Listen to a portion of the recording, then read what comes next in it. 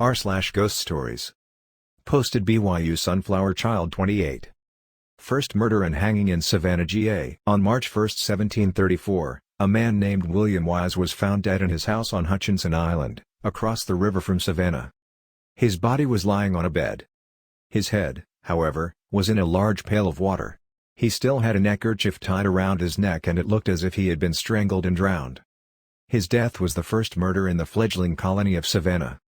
Wise had arrived in December 1733, taking it upon himself to sail to Savannah after the Georgia trustees in England balked at putting him on the charity list.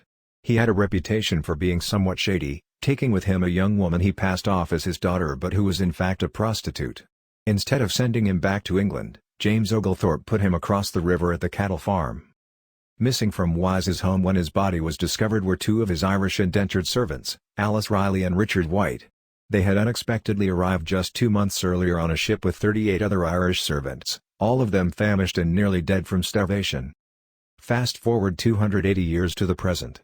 You are on one of many Savannah ghost tours. As you approach Wright Square you hear it was once the hanging square, where people convicted of capital crimes met their deaths at the end of a hangman's rope. You hear the story of Riley who, along with her lover and fellow servant White, killed their abusive and degenerate master, William Wise. The two were eventually caught and sentenced to death. Riley's execution, however, was delayed until she gave birth to her son. You are also told Riley's ghost haunts the square to this very day, searching for her lost baby, and an assortment of other spooky, devious details about her, that she practiced witchcraft. She and White dumped Wise's body in the Savannah River after killing him, and her ghost often appears to pregnant women and mothers with infants, seeking to take their babies from them.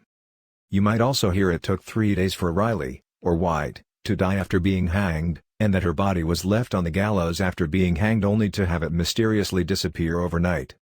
To complete the ghostly mystery surrounding Riley's death, you might also hear she cursed the Savannah residents as she was being hanged, and that Spanish moss doesn't grow on the trees in the square because of her curses. For better or worse, depending on one's perspective, the various Alice Riley ghost stories all claim their spins on the murder are true and based on fact. But what is the real story of the murder of Wise and the fate of Riley and White? The tale. Reporter Lillian Bragg first introduced the Alice Riley story in a 1959 Savannah Morning News magazine article entitled, "The Woman Savannah Hanged." Bragg's story is a highly romantic account of the two servants. She claims they were from the same small Irish village and fell in love before coming to Savannah. They were placed together in Wise's home, and because of his harsh demands and lecherous ways Richard devised a plan to kill him so the two could run away to Charleston in their freedom. They were captured and White was hanged immediately, with Riley's execution some months later after her baby was born. According to Bragg, White was the father of Riley's child. What do the documents attesting to Wise's murder actually report? The earliest account of the murder of Wise is from a letter written to Oglethorpe by town recorder Thomas Christie. He wrote to Oglethorpe, who was away in England with Tomahawkee's Indian delegation, on December 14, 1734. Christie adds the details surrounding Wise's death at the end of a lengthy letter detailing the various problems the Savannah citizens were facing, almost as an afterthought. He begins his report, "The unfortunate Mr. Wise, his effects were sold. His valuables brought a mere £20, considerably less than he was worth." Christie surmises the other valuables were no doubt stolen by the villain who murdered him. He then says Wise had been sick the whole time he was on the island and was in a weak condition, confined to his bed.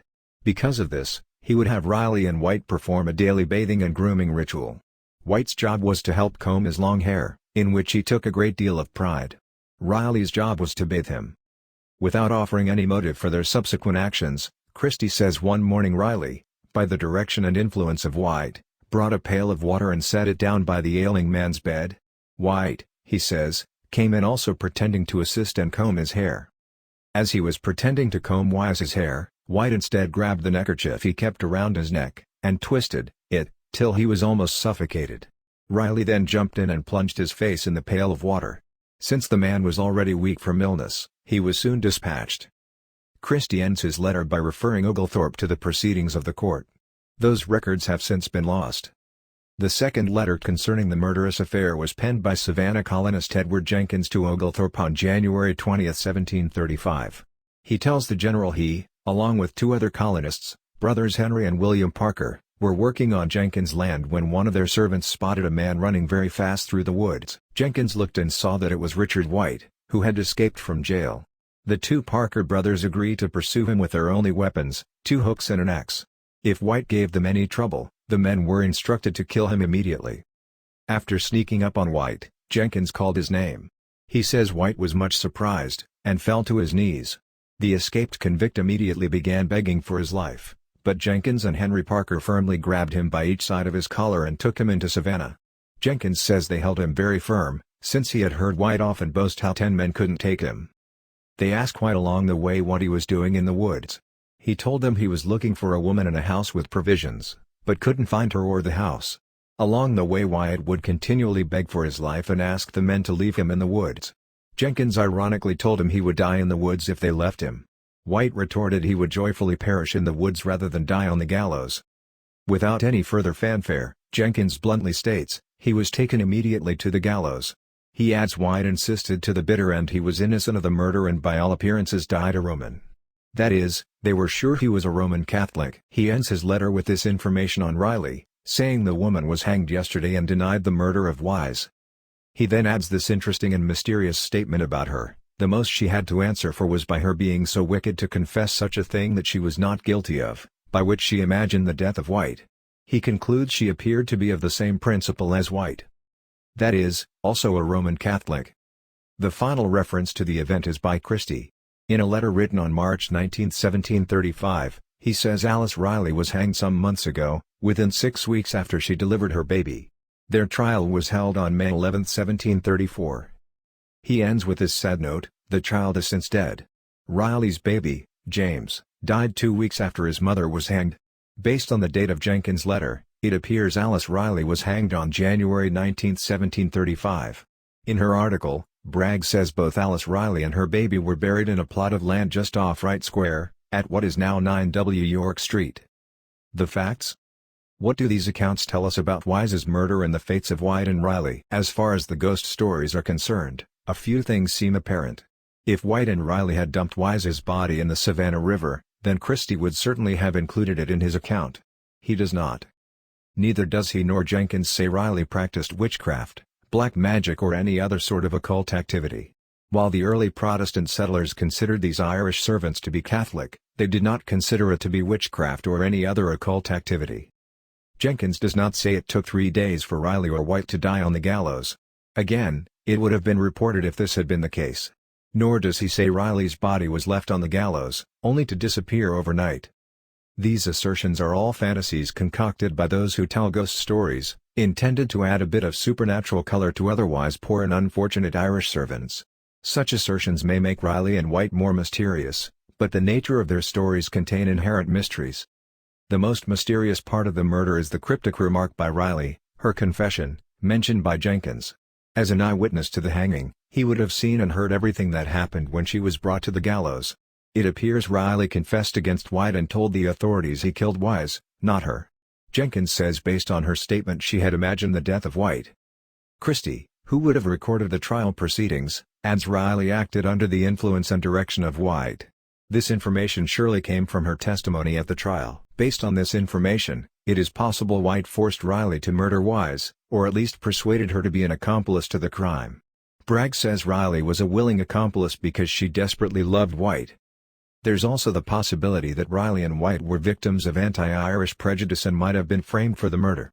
The possibility of this is borne out of the fact that the acting head magistrate in Oglethorpe's absence was Thomas Coston, who came under severe criticism from some settlers for abusing his authority and even manipulating trial juries to render verdicts that agreed with his notions of justice. Coston had no training as a lawyer and probably very little knowledge of English common law.